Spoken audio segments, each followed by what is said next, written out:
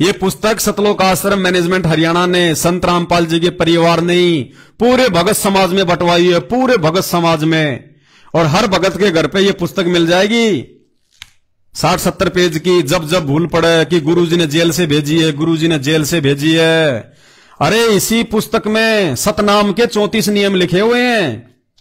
सतनाम के 34 नियम, page number 77 और 78 पे सतनाम के 34 नियम लिखे हुए हैं। और इसमें परमात्मा ने क्या क्या नियम लिखे हैं। इसमें परमात्मा ने मैच वगैरह खेलने के लिए भी मना कर रखा है। क्रिकेट वगैरह के, वॉलीबॉल के, फुटबॉल के, बैडमिंटन के, किसी भी प्रकार का जो मैच होता है, जो ये स्पोर्ट्स होते हैं, स्पोर्ट्स जो गेम होते हैं, ये अपने भक्तों को खेलने के लिए सतगुरु रामपाल जी भगवान ने सख्त रूप से मना कर रखा है। उसके बावजूद भी इन लोगों ने अपने धार्मिक धंधे में किसी प्रकार की कोई अड़चन पैदा ना हो गांव वालों के द्वारा, इसलिए गांव वालों को खुश करने के लिए धनाना गांव में इन्होंने एम्बुलेंस की सुविधा शुरू कर दी। धनाना गांव के बच्चों के लिए, बच्चियों के लिए स्कूल कॉलेज में छोड़ने के लिए इन्होंने बसें चला दी। धनाना गांव में इन्होंने बैडमिंटन का स्टेडियम बनवा दिया। क्यों भाई, एक धनाना में तुम्हारा आश्रम बन रहा है क्या? बाकी जगह जितने भी आश्रम बन रहे हैं संत रामपाल जी के, तो उन गांव में क्या बच्चे नहीं है? क्या उन गांव वालों के बच्चे खेलते नहीं है? क्या उस गांव में बैडमिंटन का कोर्ट बनाने की आवश्यकता नहीं है? क्या उस गांव की बच्चियां जो है वो कॉलेज में नहीं जाती? क्या उस गांव की बच्चियों के लिए बस चलाने की जरूरत नहीं है? क्या उन गांव के लोग जो है वो बीमार नहीं होते? उन गांव के लोगों को एम्बुलेंस की जरूरत नहीं है? ये धनाना में सारे बीमार इकट्ठे हो गए क्या? धनाना में सारी सुविधा तुम लोगों ने क्यों इकट्ठी कर दी? क्यों? क्योंकि जो धनाना है वो संत रामपाल जी का गांव है, जहां संत रामपाल जी जो है वो प्रकट हुए हैं हरियाणा में। और धनाना गांव में संत रामपाल जी का सबसे ज्यादा विरोध है, क्योंकि दीपक तले हमेशा अंधेरा रहता है। घर का जोगी जोगना, बाहर का जोगी सिद्ध। तो संत रामपाल जी का सबसे ज्यादा विरोध जिला सोनीपत में है, धनाना गांव में। और धनाना में इन्होंने वो आश्रम बनाना था संगत को मूर्ख बनाने के लिए, दुनिया को अपने धार्मिक जो है धंधे के हिसाब से ठगने के लिए। अब सबसे बड़ी समस्या ये आ गई कि धनाना गांव में अगर हम इतना बड़ा आश्रम बना रहे हैं अपने धार्मिक धंधे के लिए, तो धनाना गांव वाले इतनी आसानी से आश्रम नहीं बनाने देंगे। और इन भक्तों की कोई औकात है नहीं, संत रामपाल जी के परिवार वालों की इतनी औकात है नहीं कि वो गांव वालों का विरोध कर लें। तो इन्होंने एक नई जो है स्कीम बनाई। गांव के कुछ गणमान्य व्यक्तियों को इन्होंने अपने पक्ष में किया। जैसे तैसे पता नहीं क्या क्या उन्होंने लिया होगा, क्या क्या दिया होगा उन लोगों को अपने जो है अपने स्वार्थ के लिए, अपने पक्ष में करने के लिए। उन लोगों के माध्यम से धीरे धीरे इन्होंने गांव के दूसरे लोगों के साथ में जो है मित्रता बढ़ाई है। और गांव वालों के लिए, गांव वालों को जो है प्रसन्न करने के लिए कि जब धनाना गांव में आश्रम बने तो किसी प्रकार की कोई रुकावट पैदा ना हो, इन्होंने 2-2 एम्बुलेंस खड़ी कर दी गांव धनाना में। अग्रोहा से गांव धनाना के लिए एम्बुलेंस सेवा सुविधा निःशुल्क 2-2 बसें चला दी इन्होंने गांव के बच्चों और बच्चियों को कॉलेज लाने के लिए, छोड़ने के लिए हैं। और गांव के बच्चों के लिए बड़ा सारा अंतर्राष्ट्रीय स्तर का, यानी करोड़ों रुपए लगा के भक्तों के दान का, ज्योति पाठ के पैसे का दुरुपयोग करते हुए करोड़ों रुपए का वो बैडमिंटन का कोर्ट बना दिया। और फिर खुद ही वीडियो बना रहे हैं, भाई और बहनों हमारी टीम धनाना गांव में गई, जबकि कोई टीम नहीं गई, कोई पूछता तक नहीं इनको, कोई मीडिया चैनल वाला कोई पूछता तक नहीं इनको। ये खुद ही रिपोर्टर बन जाते हैं, इन्होंने खुद ने अपने चैनल खोल रखे हैं। और भाइयों हमारी टीम गांव धनाना में गई, वहां हमने अंतर्राष्ट्रीय स्तर का बैडमिंटन कोर्ट देखा। ऐसे ऐसे बैडमिंटन कोर्ट तो मेट्रो सिटी में होते हैं, फिर हरियाणा के छोटे से गांव धनाना में क्यों बनाया, किसने बनाया? फिर हमारी टीम ने जब जांच पड़ताल की तो पता चला ये तो संत रामपाल जी ने बनाया है। और भाइयों उसका उद्घाटन भी हो गया है। ये आपको दिखा देता हूं मैं, इसलिए कह रहा हूं कि संत रामपाल जी का परिवार और ये कोऑर्डिनेटर दुनिया के सबसे बड़े मूर्ख व्यक्ति हैं। और आने वाले समय में जब इस बात का पता चलेगा, कैसे? क्योंकि गांव धनाना का हो, चाहे सोनीपत का हो, चाहे कहीं के भी हो, है तो परमात्मा के बच्चे। आज वो नहीं समझ पा रहे संत रामपाल जी को, कोई बड़ी बात नहीं, कल को समझेंगे। और समझ के जब उनकी शरण में आएंगे, उस समय ये गांव धनाना वाले संत रामपाल जी के बेटा बेटी को, उनके भाई बंधु रिश्तेदारों को, उनके घर वालों को ये कोसेंगे कि आराम खोरो। अरे हमने तो उस समय नाम नहीं ले रखा था संत रामपाल जी का, हमें तो ज्ञान नहीं था कि संत रामपाल जी के नियम क्या है, उनकी मर्यादा क्या है, संत रामपाल जी के भक्ति मार्ग में ये मैच खेलना अलाउ है या नहीं है, बाद में ये उनको डांटेंगे, ये गांव धनाना वाले ही, जब इनको संत रामपाल जी का ज्ञान हो जाएगा कि रे मूर्खो, तुम तो उनके बेटा बेटी कहते हो अपने आप को, उनके भाई बंधु कहते हो संत रामपाल जी के, और कहते हो हम तो सन 1994 से संत रामपाल जी की भक्ति कर रहे हैं। अरे नालायक व्यक्ति हो, जब तुमने नाम दीक्षा ली थी 20 साल पहले, तो तुमने नियम नहीं पढ़े? संत रामपाल जी ने सतनाम के नियमों में क्या लिखा हुआ है कि भगत ने ना ही तो ताश खेलनी है और ना ही ताश खेलने वालों के पास में बैठना है। भगत ने मोबाइल में भी वीडियो गेम नहीं खेलने, ना कोई मैच देखना। अरे मूर्खो, जो संत रामपाल जी मोबाइल में भी मैच खेलने से मना करता है, वो ही संत रामपाल जी गांव धनाना के लिए क्या बैडमिंटन का स्टेडियम बनवाएगा? अरे संत की रहनी करनी तो एक समान होती है, और जिसकी रहनी करनी एक समान नहीं, वो संत कहां से हो गया? तो यही गांव धनाना वाले, जब इनको ज्ञान हो जाएगा, ये अपने धार्मिक धंधे के लिए, अपने स्वार्थ के लिए संत रामपाल जी की आड़ में जो अपना जो धंधा खोल के जो ये बैठे हुए हैं, आश्रम बना रहे हैं, और गांव धनाना वालों को खुश करने के लिए जो बैडमिंटन का कोर्ट बना रहे हैं, एम्बुलेंस की सुविधा शुरू कर रहे हैं, यही गांव धनाना वाले जो है वो इनको धिक्कारेंगे कि नालायकों, तुमने अपने भी वो कर्म फोड़े उस समय, और तुमने हमारे भी जो है पाप कर्म बढ़ा दिए। देखिएगा उस बैडमिंटन कोर्ट का, जो कि धनाना आश्रम के पास में ही है, उसका उद्घाटन भी हो गया, और उद्घाटन भी सांसारिक तरीके से। गांव के बड़े बूढ़े सभी बुजुर्गों को बुलाया गया, सबके गले में मालाएं डाल रखी हैं, रिबन कटवाया गया, फित्ता कटवाया गया, ट्रॉफी बनवा दी गई संत रामपाल जी के नाम की ट्रॉफी। और क्या लिखा पता है? यह है बैडमिंटन का स्टेडियम संत रामपाल जी ने अपने पूर्वजों की याद में गांव धनाना में बनाया है। संत रामपाल जी ने अपने पूर्वजों की याद में, यानी जो मर गए उनके बाप दादा, संत रामपाल जी की जो मां, उनके पिताजी जो सांसारिक है, जो मर चुके हैं, उनके दादा परदादा, कह रहे संत रामपाल जी ने अपने दादा परदादाओं की याद में बनाया है वो बैडमिंटन स्टेडियम। अरे भाई, जो संत रामपाल जी अपने भक्तों को नाम दीक्षा देते समय कहते हैं कि नाम दीक्षा लेने के बाद में तुम्हारे घर में यदि तुम्हारे पूर्वजों की कोई फोटो लगी हुई है तो उसको हटा देना और केवल अपने सतगुरु की फोटो रखना। आज वो ही संत रामपाल जी अपने पूर्वजों की याद में और गांव धनाना में बैडमिंटन का स्टेडियम बनवाएगा। भाई और बहनों, सबसे ज्यादा मूर्ख इंसान यदि कोई धरती पे है तो संत रामपाल जी का खुद का परिवार है। आने वाले समय में दुनिया इनको धिक्कारेगी। देखिएगा पहले ये वीडियो बैडमिंटन वाला। आज हम आए हैं अपनी टीम के साथ जिला सोनीपत के तहसील गोहाना के गांव धनाना में, जहां पर एक अंतर्राष्ट्रीय स्तर के बैडमिंटन इंडोर स्टेडियम का निर्माण हुआ है। हरियाणा के छोटे से गांव में इतने अत्याधुनिक सुविधाओं से युक्त astro turf court badminton stadium को देखकर हर कोई हैरान है। ऐसे अंतर्राष्ट्रीय मानकों वाले इंडोर स्टेडियम तो केवल मेट्रो सिटी में देखने को मिलते हैं। इंडोर स्टेडियम के ऊपर जगत गुरु संत रामपाल जी महाराज का विशाल चित्र लगा हुआ है। हम भी अपनी टीम के साथ गांव धनाना बैडमिंटन इंडोर स्टेडियम पहुंचे, जहां पर गांव के काफी लोग जमा थे।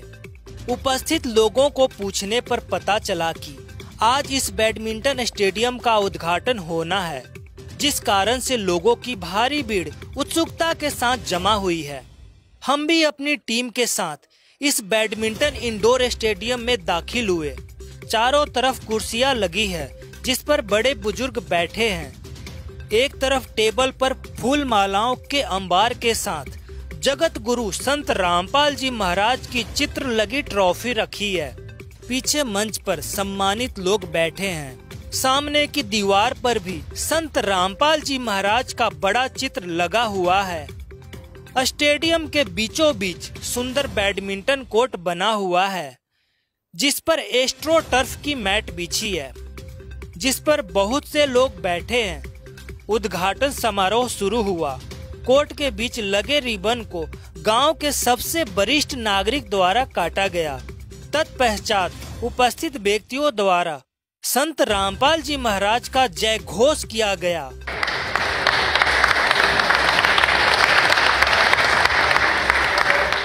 तो देखा आपने, संत रामपाल जी कहते हैं जिस सत्संग में तालियां बजाई जाती हैं वो सत्संग नहीं होता, वो बड़ुओं का जागरण होता है।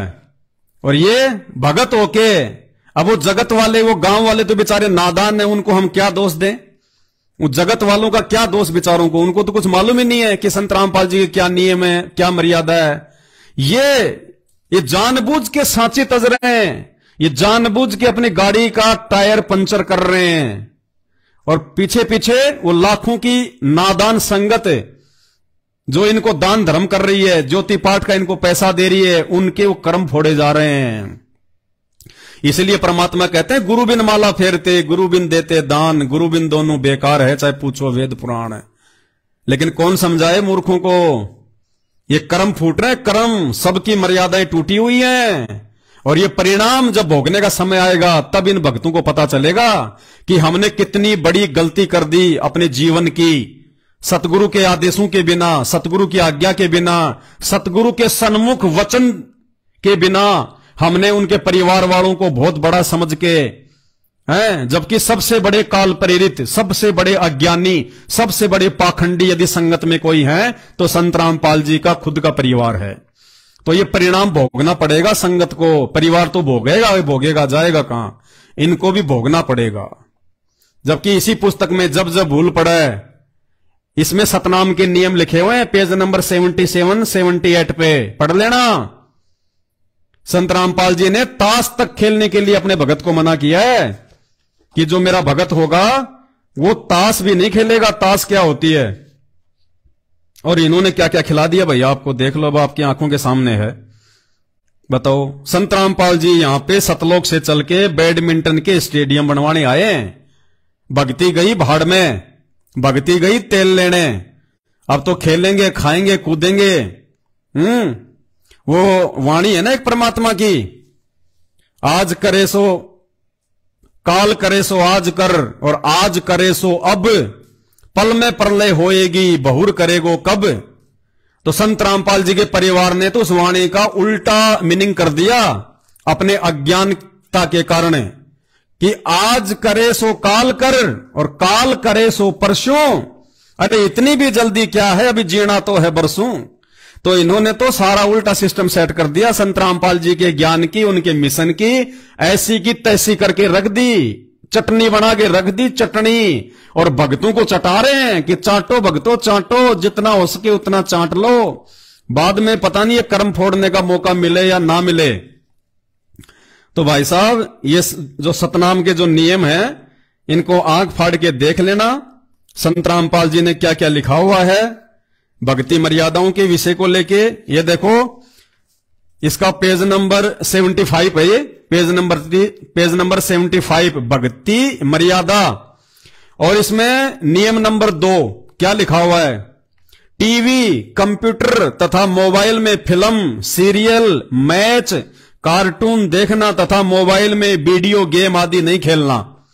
ये जब जब भूल पड़े पुस्तक सभी भक्तों के पास में है, पेज नंबर इसका 75 है, और इसका नियम नंबर 2, टीवी, कंप्यूटर तथा मोबाइल में फिल्म, सीरियल और मैच।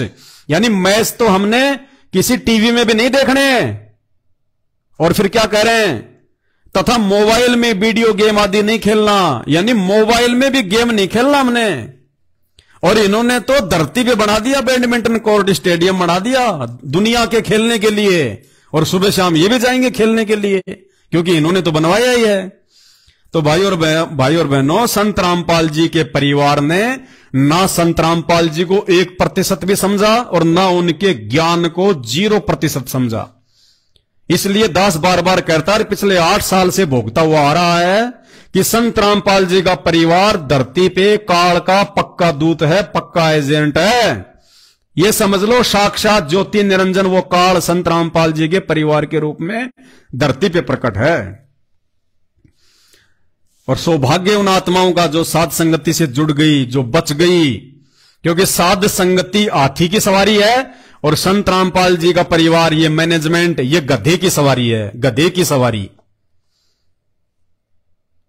तो बचना हो तो बच लेना भाई साहब, ये मौका दोबारा नहीं मिलेगा, क्योंकि ये लोग जानबूझ के मर्यादा तोड़ रहे हैं, जानबूझ के। और परमात्मा कहते हैं जानबूझ सांची तजय और करे झूठ से ने, ताकि संगत हे प्रभु सौपन में भी ना दे। क्या कह रहे हैं परमात्मा? जानबूझ के जो मर्यादा तोड़ेगा, जैसे बाप अपने बेटे को गाड़ी लाके दे दे, फिर बेटा अगर जानबूझ के पंचर करेगा तो फिर बाप नाराज होता है। तो ये सारी गलतियां जानबूझ के की जा रही हैं। अगर ये पुस्तक इन्होंने गांव गांव में बांटी है, हर भगत को बांटी है, तो क्या इनकी जिम्मेदारी नहीं बनती कि पुस्तक बांटने से पहले पुस्तक को हम भी पढ़ें और इस पुस्तक में संत रामपाल जी ने क्या क्या लिखा हुआ है? लेकिन नहीं, इनको तो उल्टे कर्म करने, दुनिया को ज्ञान समझाना, खुद इन्होंने उल्टे कर्म करने। ऐसे ये काल भगवान सूक्ष्म खेल खेलता है। संत रामपाल जी के परिवार के पीछे लगा के संगत के कर्म फोड़ दिए, कर्म। जबकि इसी पुस्तक में संत रामपाल जी का लिखा हुआ बताते हैं ये। और जो सतनाम के नियम हैं, वो तो सतनाम के नियम तो 1994 से चलते आ रहे हैं। अब ये 15-15, 20-20 साल से संत रामपाल जी की शरण में हैं और लाखों की संख्या में वो सार नाम लिए हुए, सतनाम लिए हुए मूर्ख आदमी हैं, भेड़ चाल में अंधे होके इनके पीछे चल रहे हैं। अरे मूर्खो, सतनाम लिए हुए तुम्हारे को 10-10 साल हो गई, कभी तुमने 10 साल में एक बार भी सतनाम के नियम नहीं पढ़े। क्या भक्ति कर रहे हो फिर तुम? क्या मर्यादा में रहोगे फिर तुम?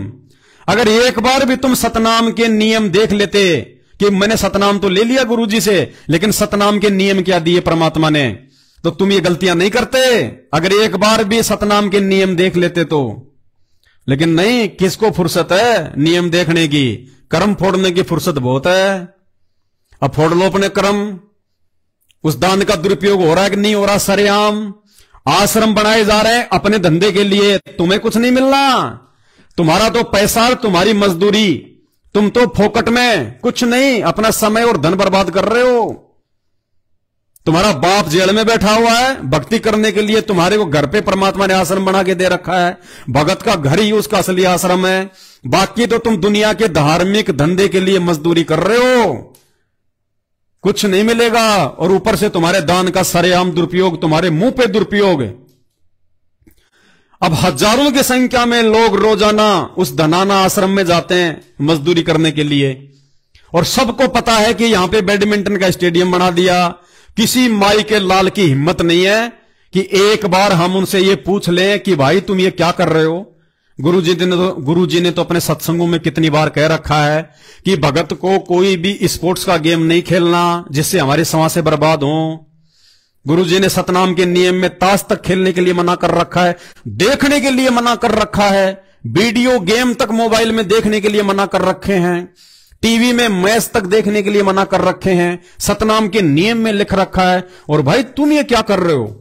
गुरुजी कोई दोगले थोड़ी हैं जो गुरुजी अपने सत्संगों में क्या कहेंगे और बाद में क्या कहेंगे। लेकिन किसी की भी बुद्धि में यह बात नहीं आई, और जिसकी बुद्धि में यह बात आ गई वो बेचारा डर के मारे नहीं पूछ पा रहा उनसे, क्योंकि ये एक नंबर के गुंडे इंसान है। ये संत रामपाल जी के बेटा जो हैं, ये जो इनके रिश्तेदार हैं, जो कोऑर्डिनेटर हैं, एक नंबर के गुंडे इंसान है, गुंडे। दास तो इनको झेल चुका है अच्छे से। जगत वालों को फिर भी थोड़ी बहुत रहम आ जाए, थोड़ी बहुत को दया आ जाए। ये कसाई है, कसाई। संत रामपाल जी का परिवार और ये कोऑर्डिनेटर, ये कसाई से बढ़ के हैं, कसाई से बढ़ के। क्योंकि जब इंसान काल प्रेरित हो जाता है, जब इंसान के सिर पे काल बैठ जाता ना, वो उसको इंसान नहीं छोड़ता, उसको जो है कसाई बना के छोड़ देता है। तो कोई भी नहीं मत कर पा रहा उनसे पूछने की कि भाई तुमने इतना बड़ा स्टेडियम क्यों बना दिया? हम भक्तों के दान से तो बनाया है, और तुमने कौन से अपने बाप दादाओं की जमीन बेच के धनाना आश्रम बना रहे हो? तुम कौन से अपने बाप दादाओं की जमीन बेच के स्टेडियम बना रहे हो? हम भक्तों के पैसों से, ज्योति पाठ के पैसों से तो बना रहे हो। तो गुरुजी का तो आदेश थोड़ी है ये भाई। गुरुजी का विधान क्या है? गुरुजी के सत्संग, गुरुजी का विधान गुरुजी के सत्संग है। इस बात को गांठ बांध लेना। आज हिसार जेल से चाहे कोई ऑडियो आओ चाहे कोई वीडियो आओ, और उन ऑडियो वीडियो में यदि कोई आदेश गुरुजी के ज्ञान के खिलाफ होगा, और भले वो गुरुजी दे रहे हैं, एक भगत को स्वीकार्य नहीं होगा बिल्कुल भी। ये तत्व ज्ञान की भक्ति है, देखा देखी के ढोल पीटने वाली भक्ति नहीं है। जेल से ऑडियो आ रही है, जेल से वीडियो आ रहे हैं, गुरुजी आदेश दे रहे हैं। गुरुजी क्या आदेश दे रहे हैं? वो गुरुजी का नित्य नियम पढ़ लेना, गुरुजी के सत्संग सुन लेना, उससे बढ़ के और गुरुजी का कहीं कोई आदेश नहीं है। आज यदि कोई ऐसा वैसा आदेश आ रहा है, भले संत रामपाल जी दे रहे हैं, लेकिन एक तत्वज्ञानी भगत को मंजूर नहीं होगा। ये परीक्षा का समय है, परीक्षा का समय। जैसे भाई और बहनों, आपको एक उदाहरण देता हूं ताकि आप फिर इस चीज को समझोगे कि कैसे हम साथ संगति से जुड़े हुए भाई बहनों पे परमात्मा ने असीम दया कर रखी है, ज्ञान आधार की। जैसे भारतीय संविधान को बनाया भीमराव अंबेडकर ने। वैसे तो बहुत सारे लोगों ने मिलकर बनाया था, लेकिन मुख्य नाम भीमराव अंबेडकर का ही आता है, क्योंकि वो संविधान निर्मात्री सभा के जो है वो अध्यक्ष थे। तो जब जब इस संविधान का नाम आता है तो भीमराव अंबेडकर का ही नाम आता है। संविधान निर्माता भीमराव अंबेडकर। अब भीमराव अंबेडकर जी ने भारतीय संविधान बना दिया, और सारी धाराएं बना के, सारे एक्ट बना के, और उन्होंने संविधान के रूप में एक पुस्तक तैयार कर दी, जो आज सुप्रीम कोर्ट में भी मिलेगी, हाई कोर्ट में भी मिलेगी, पार्लियामेंट में भी मिलेगी, मार्केट में भी आप जी किसी अच्छी पुस्तक की दुकान से लेके उसको पढ़ सकते हो, मिल जाएगी। अब भीमराव अंबेडकर ने जैसे संविधान की पुस्तक बना दी, और उसमें लिख दिया कि कौन से धारा कहां काम करेगी। अगर किसी ने मर्डर कर दिया तो क्या धारा लगेगी, किसी ने बलात्कार किया, चोरी करी तो क्या धारा लगेगी, लिख दिया। वो क्या बन गया? एक संविधान बन गया फाइनल। उसका वो प्रारूप तैयार हो गया पुस्तक के रूप में, फाइनल पास हो गया वो। अब यदि कोई व्यक्ति किसी का मर्डर कर देता है और पुलिस उसको कोर्ट में ले जाके खड़ी कर देती है, और साबित हो जाता है कि इसने मर्डर किया है, और संविधान में लिखा है कि मर्डर करने वाले पे धारा 302 लगेगी, अर्थात उम्र कैद की सजा या 20 साल की सजा। फाइनल जज ने फैसला सुना दिया कि आपने मर्डर किया है, और संविधान की पुस्तक में यह लिखा हुआ है, जो भीमराव अंबेडकर जी ने लिखी है, कि मर्डर की सजा यह है, और उसको सजा सुना दी गई। अब उसी समय यदि भीमराव अंबेडकर आ जाए, या भीमराव अंबेडकर यदि फोन पे बात करे जज से और कहे कि नहीं, मर्डर की सजा केवल 1 साल की है, इससे ज्यादा नहीं करना, ये मैं कह रहा हूं, भीमराव अंबेडकर जिसने संविधान लिखा है, तो वो जज उस भीमराव अंबेडकर की डायरेक्ट बात नहीं मानेगा। वो भीमराव अंबेडकर बाद में चाहे कुछ भी बोलता रहे, उस भीमराव अंबेडकर ने अपने संविधान में जो लिख दिया वो ही मान्य होगा, क्योंकि वो कानून बन गया, वो विधान बन गया, संविधान बन गया हर धारा के लिए। अब उसके बाद में भीमराव अंबेडकर कहे कि मर्डर की सजा तो 6 महीने की जो है 5 स्टार होटल में खाना खाने की होती है, कि जो मर्डर कर दे वो 5 स्टार होटल में रखो, उसको 6 महीने तक खिलाओ पिलाओ, उसको ऐसो आराम कराओ। तो उस भीमराव अंबेडकर की बात कोई नहीं मानेगा। उस भीमराव अंबेडकर के द्वारा लिखे गए संविधान को ही मानना पड़ेगा।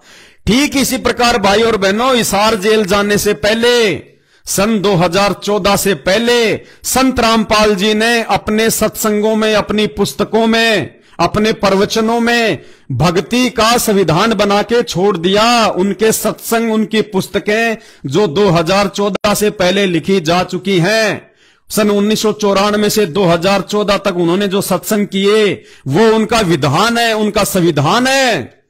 आज यदि संत रामपाल जी भगवान अपने उसी विधान और संविधान के विपरीत कोई आदेश हिसार जेल से दे रहे हैं, तो भाई वो मान्य नहीं होगा, क्योंकि वो परीक्षा है।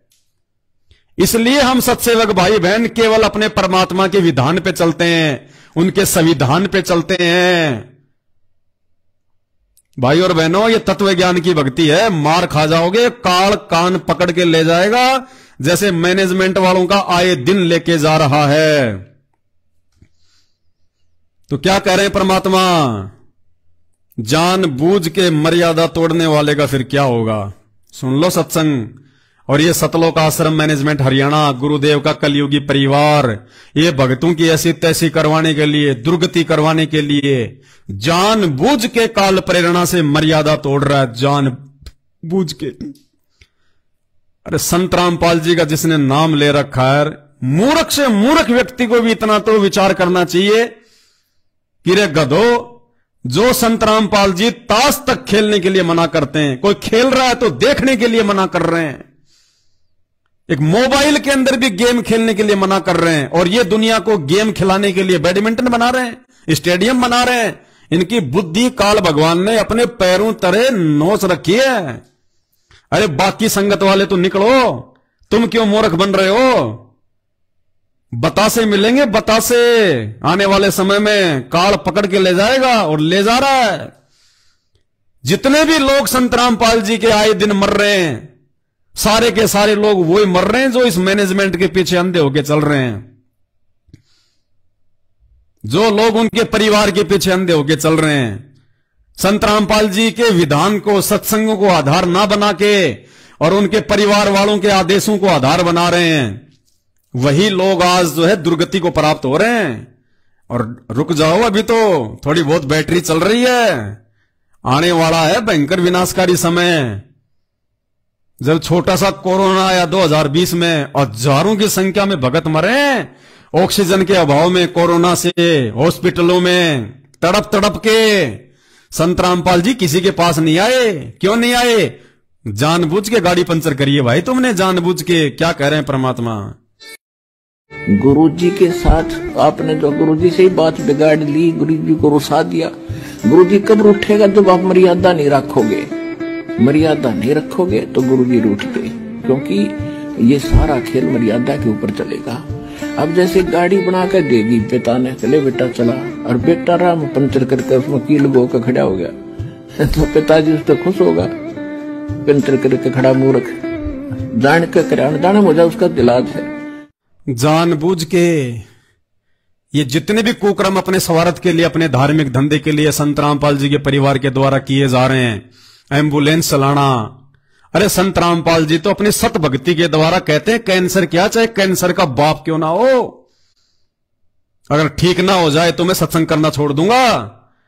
और ये लोग एम्बुलेंस चला रहे हैं कि दुनिया बीमार हो और हम छोड़ छोड़ के हॉस्पिटल आए। अरे वाह! संत रामपाल जी अपने भक्तों को गेम से दूर कर रहे हैं, और ये दुनिया को स्टेडियम बना बना के दे रहे हैं। धन्य तुम्हारे दादा परदादा। तो ये जानबूझ के गाड़ी पंचर की जा रही है। तो भाई संत रामपाल जी को ना तो ये आश्रम खोलने की जरूरत है, ना उनको ये मिट्टी के ढूंढ बनाने की जरूरत है। संत रामपाल जी तो 27 वर्षों से केवल एक ही आश्रम में रह के सत्संग किया। पहले संत रामपाल जी सन 1994 में छुडानी से अपना सत्संग शुरू किया। छुडानी से एक 100 गज का छोटा सा था एक प्लाट, उसमें अपनी एक कुटिया बना के संत रामपाल जी वहां पे सत्संग किया करते थे। जब छुडानी वालों को, जो गरीबदास ये जो पंथी हैं, जब उनको लगा कि ये संत रामपाल जी तो ना हमें खाने देंगे ना ये खुद खाते, तो संत रामपाल जी के साथ में वैर भाव करने लग गए वो गरीबदास पंथ वाले। उसके बाद में संत रामपाल जी का जब वो छुडानी वाला आश्रम छूट गया, तब उन्होंने सन 1999 में करोथा में आश्रम खोला। कब? जब वो पहले वाला आश्रम छूट गया तब। उसके रहते सहते दूसरा आश्रम नहीं खोला संत रामपाल जी ने। छुडानी का आश्रम जब छूट गया उसके बाद उन्होंने जो है करोथा में खोला, और केवल करोथा में ही आश्रम खोल के वहीं पे वो सत्संग करते थे, या खुद वो गांव गांव में जाया करते थे अपनी गाड़ी लेके। यानी एक समय में एक ही आश्रम में रहे वो। उसके बाद 2006 में करोथा कांड हुआ, और जब वो करोथा का आश्रम सरकार के कब्जे में आ गया और संत रामपाल जी जेल चले गए 2006 में। 21 महीने बाद जब वापस आए तब उन्होंने बरवाड़ा में एक छोटा सा आश्रम खोला, 3 एकड़ जमीन में। 3 एकड़ थी या फिर 1 एकड़ थी, छोटा सा आश्रम दौलतपुर में। और जब वो आश्रम छोटा पड़ गया तब उन्होंने बरवाड़ा से 5 किलोमीटर आगे चंडीगढ़ रोड पे सतलोक आश्रम बरवाड़ा के नाम से 16 एकड़ में बड़ा आश्रम खोला। और जब संत रामपाल जी उस बड़े आश्रम में गए तो छोटे आश्रम में सत्संग बंद, वहां केवल गायें रहती थी, गायें, और गेहूं वगैरह की बोरियां वहां पे जो है वो पड़ी रहती थी, और जो सामान था वो पड़ा रहता था। यानी भक्तों के लिए नहीं, केवल एक ही आश्रम में 16 एकड़ वाले में संत रामपाल जी सत्संग किया करते थे। यानी संत रामपाल जी ने 27 वर्षों में कहीं कोई दूसरा आश्रम नहीं खोला, केवल एक ही आश्रम में रह के उन्होंने पूरे विश्व को ज्ञान दिया। और आज उनके जेल जाते ही 11 आश्रम खोल दिए अपने धंधे के लिए। संत रामपाल जी को जरूरत नहीं इन आश्रमों की, संत रामपाल जी का वचन है, क्योंकि ये परमात्मा है, परमेश्वर, ये सच्चा सतगुरु है। और कहते हैं साध वचन पलटे नहीं, चाहे पलट जाए ब्रह्मांड। और संत रामपाल जी ने अपने उन अमिट वचनों में, अपने सत्संगों में, अपने भक्ति विधान में, अपने मुख कमल से पूरी दुनिया के सामने ये ऐलान कर रखा है कि आने वाले समय में ये जितने भी नकली संत महात्मा, शंकराचार्य, मंडलेश्वर, देश विदेश में जितने भी हैं, और आज इन्होंने जितने भी बड़े बड़े आश्रम खोल रखे हैं, ये सारे आश्रम हमारे काम आएंगे, हमारे। कबीर साहब कहते हैं, राज्य तजना सहज है, सहज त्रिया का ने, मान बढ़ाई ईर्षा, दुर्लभ तजना ये। और ये नहीं तजी तो इतना मुक्त नहीं हो सकता करोड़ जन्म भी। प्रभु की प्रेरणा पाकर राज्य भी छोड़ सकता है, अपने प्रिय से प्रिय पत्नी को भी त्याग सकता है। फिर ये राग और द्वेष, मान बढ़ाई, ये नहीं छोड़ सकता। जब तक ये नहीं छूटेगी तब तक प्रभु नहीं मिल सकता। मान बढ़ाई से हैं दूर, आजिज के हैं सदा हजूर। हमने तो दास और कुत्ता बनकर रहना पड़ेगा प्रभु का। हमारी के प्रभुता, 2 दिन के मेहमान है, कल से शरीर छूट जाए अपना। या बच्चों की तरह संत लड़ रहे हैं एक ही शहर में, और 25-25 आश्रम, एक ही शहर में 25-25 आश्रम बने हुए हैं एक ही पंथ के। तो बच्चों जैसी लड़ाई इनकी, तो ये संत काहे को एक आश्रम बनावे, उसमें प्यार से रहे, और फिर आम आदमी पर अच्छा व्यवहार, उसका असर पड़े कि साधु ऐसे होते हैं। अब ये हमारे अंदर ही ऐसे राग द्वेष भरे पड़े हैं, तुम समाज को क्या दे सकते हैं। इस प्रकार हमने इन बातों को पुनः विचार करना पड़ेगा, और तभी हम प्रभु को पा सकते हैं। ये बच्चों वाली लड़ाई संत नहीं किया करते, ये हमने त्यागनी होगी, तभी हम प्रभु पा सकते हैं। तो ये नया आश्रम बना के क्यों भक्तों का पैसा बर्बाद कर रहे हो? ये वर्तमान समय भक्ति करने का समय है, मर्यादाओं में रहने का समय है। और इस समय तुमने उन बेचारे भोले भाले भक्तों को मजदूर बना के रख दिया, सीमेंट के कट्टे तुमने उनसे जो है वो खुलवा दिए। तुम उनको गधे की तरह उनको मजदूरी करवा के उनको काम में ले रहे हो, उनको भक्ति क्यों नहीं करने दे रहे तुम? क्यों? क्योंकि संत रामपाल जी का परिवार काल एजेंट है, और काल कभी नहीं चाहेगा कि ये भगत भक्ति कर लें, वो हमेशा बकवाद में लगा के रखेगा। क्या कहा था परमात्मा ने? एक अंधे सूरदास की कथा सुना के, और अंत में फिर परमात्मा ने क्या निष्कर्ष दिया? ये परम संत के सत्संग है, किसी डूम भाट के गीत नहीं है। एक एक वाणी परमात्मा की सत्य साबित होगी आने वाले समय में। और इसीलिए संत रामपाल जी ने कभी कोई आश्रम नहीं खोले, क्योंकि 2004 में संत रामपाल जी ने बोल दिया था कि यदि कोई संत होगा तो केवल एक ही आश्रम होगा, एक ही आश्रम होगा यदि कोई संत होगा तो। पहले वो सुन लीजिए आप, जिसमें संत रामपाल जी ने अपने मुख कमल से कह रखा है कि संत वो होता है जो केवल एक ही आश्रम बनावे, उसी में प्यार प्रेम से रहे।